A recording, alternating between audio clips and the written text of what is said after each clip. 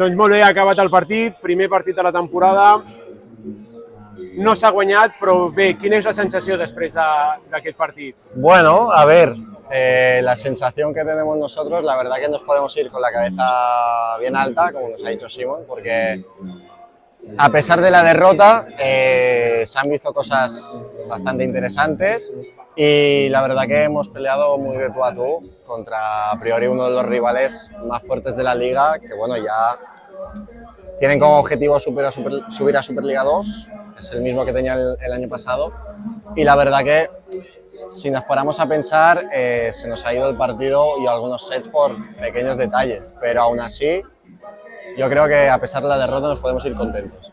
Jo crec que també. Parlant de metes, quines són les metes de l'equip per aquesta temporada? La verdad que competir cada fin de semana, obviamente trabajar por dar nuestro mejor juego y cuando llegue el fin de semana es eso, competir.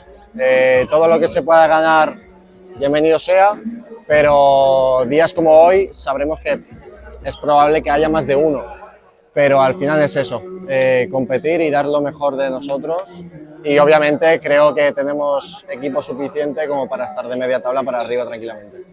I ja per acabar, què us agradaria dir als vostres seguidors, que avui han sigut uns quants a YouTube i la grada la tenien plena? Pues muchísimas gracias por darnos siempre el apoyo, por seguirnos en cada partido y esperamos veros más seguido por aquí, cada fin de semana.